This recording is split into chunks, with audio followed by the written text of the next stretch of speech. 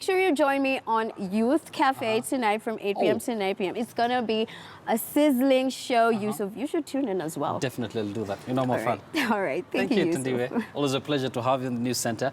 But for now, let me take you over to some other story that we have for you. Malindi Member of Parliament Aisha Jumwa has denied conspiracy by the Orange Democratic Movement to remove her from the Parliamentary Service Commission, where she is a commissioner. Jumwa added that she will continue supporting Deputy President William Ruto and campaign for his presidential bid come 2022. Hakuna wrangle zozote ama conflict zozote kati ya mimi na my party leader Mheshimiwa Raila Odinga wala yoyote yule katika chama. Na yale ambayo nimeyaona leo katika magazeti mimi siwezi kuyadhibitisha, maana yake sijapata mawasiliano rasmi kutoka kwa speaker wa National Assembly. Na nataka nimwambie Junet, kama alikuwa amekosa mtu wa kutisha, mimi niko tayari na yeye. Hawezi kunitisha. Kama Aisha Jumwa, kumuunga mkono na kumsupport Mr. William Samoe Ruto come 2022 for the presidency. Kwa hivyo mimi nataka watu walielewe, na mimi sita kuwa na kwa sababu nimechagua hivyo. And come 2022 vile nilisikia wakisema kwamba chama cha ODM kitakuwa na candidate, akiwepo sisi pia tutakuwepo. Kwa hivyo mimi sioni kama kuna makosa yote ambayo mimi nimeyafanya.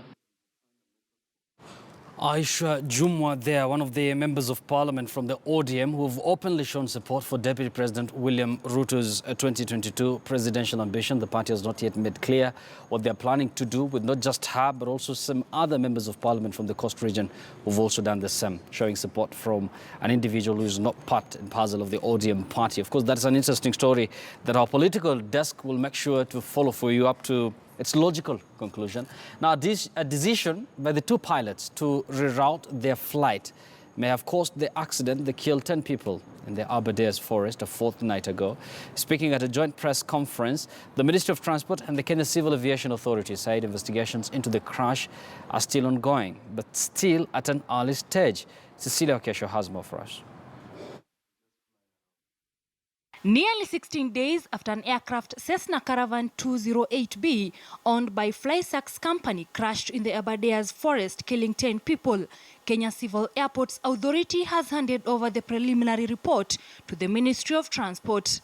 According to the report, the crew had initially requested to route via GV, a radio station at Ngong Hills, but later revised the routing direct to Avena, a GPS waypoint inbound to Jomo Kenyatta International Airport through the Aberdares.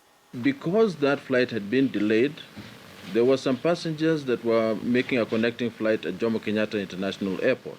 So company called the crew and told them to route via Jomo Kenyatta, drop the 3 passengers first, then proceed on to Wilson Airport so that those passengers could not miss their connecting flight. Kenya Civil Aviation Authority maintains that the aircraft was well equipped to fly and that contact with the flight was lost at 17:02 hours while en route at 11,200 feet above sea level at a speed of 299 kilometers per hour. Terrain in the Aberdares consists of densely covered bamboo forest, with the highest point of the cliff having an elevation of 13,120 feet. The findings also reveal that the emergency locator transmitter did not reflect at the communication towers at the airport as the antenna had broken off due to impact. At time 17:03 hours, the approach radar controller reported loss of radar contact with the aircraft and immediately activated the search and rescue mission. Investigations into the Lake Nakuru aircraft that crashed in October last year, claiming the lives of 5, are yet to be released. The Ministry of Transport, however, says it will take not less than 3 months to get to the bottom of the air crash. Cecilia Okesho, KTN News. Now, let's go continental. And trade ministers from the IGAD community have adopted a draft policy framework on informal cross-border trade and cross-border security governance in the IGAD region. The framework proposes important policy shifts in the conduct of informal cross-border trade in the IGAD region, meant to improve cross-border security. IGAD trade ministers were on a one-day summit in the coastal city of Mombasa. We are now talking about trade and business, so Horn of Africa proves that there is relative peace. That is one.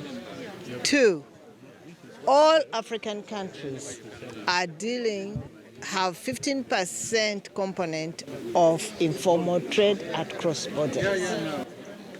We want to formalize that cross-border trade. IGAD has been known for a very long time on dealing with security issues only. I think what we are doing today is to deal with another very important issue of cross-border trade and its linkage with cross-border securities that we have amongst the member states. And so all the ministers of trade who are here deliberated on the work that was produced by a committee of experts on what we need to do to deal with cross-border trade. The focus of this exercise has been on informal cross-border trade. Now, speaking about IGAD, remember yesterday they had tried to broker a peace deal between the two warring factions in South Sudan. There is Salva Kiir and Riek Machar, but latest report from Addis indicate that the talks had hit yet another dead end. And of course, there is still developing a story. And let me take you over to a story of refugee resilience. And Kakuma refugee camp in Turkana County has received numerous guests since its establishment. And let me take you there, because that's a camp that also witnessed the famous TEDx talk show. And let's watch that story for now. In the boiling heat of the refugee camp, dwellers go about their business. The sprawling camp has mushroomed into an urban setting with flourishing small-scale refugee entrepreneurs who took a leap of faith in their new homes far away from home.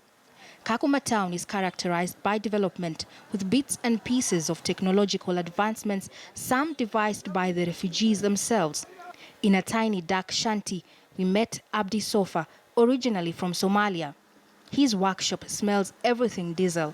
He supplies electricity to the marketplace through his 2 generators purchased through a UNHCR auction. Niliona watu hawana stima na ilikuwa kitambo sana, kuna mtu mbele yangu alikuwa na nikawa nikachukua. He inherited the business venture from a fellow refugee who relocated to another country.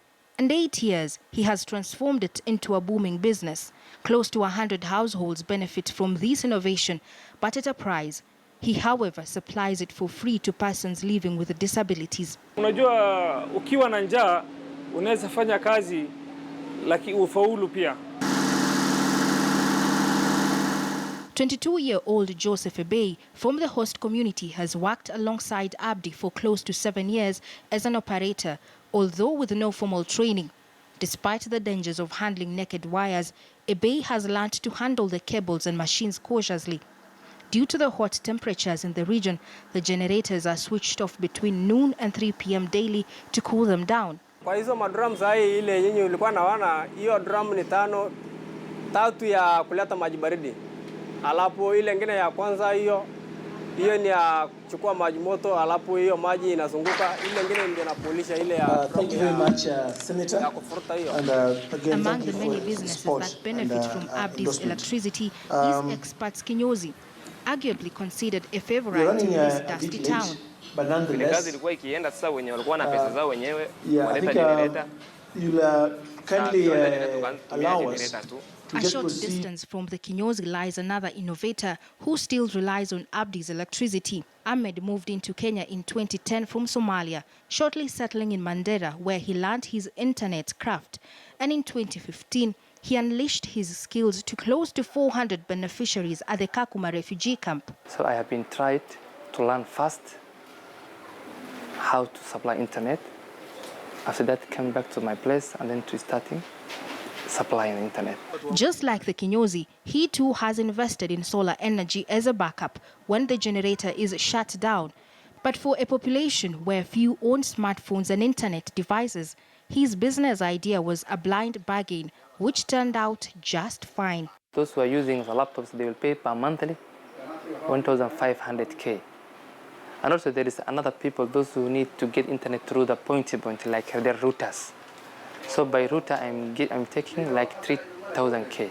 He has set up a spot where his customers flock to enjoy Wi-Fi with a monthly subscription of 700 shillings. I'm using everything like Facebook, YouTube, WhatsApp, Messenger, everything. With an increasingly high-tech savvy youth, he plans to upgrade once he builds up his capital base. The joy of these entrepreneurs is serving a sizable population with their little resources, even as Kenya Power starts setting foot into the camp. These trendsetters are the future of the campsite, making it a comfortable haven for fellow refugees. Caroline B., KTN News in Kakuma, Turkana County.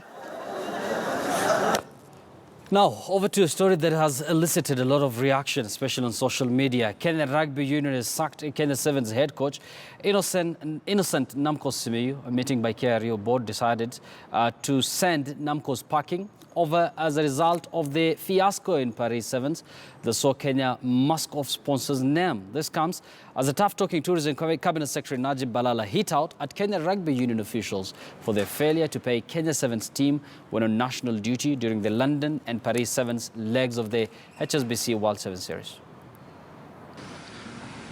How can you become a Kenyan and you go to an international activity and then you cover the brand Kenya? How? Even if you have problems with your organizations, that was not written Brookside, or it wasn't written Tusker, or it wasn't written Safaricom. It was written Make It Kenya. That name there was your country, your motherland, which made you what you are.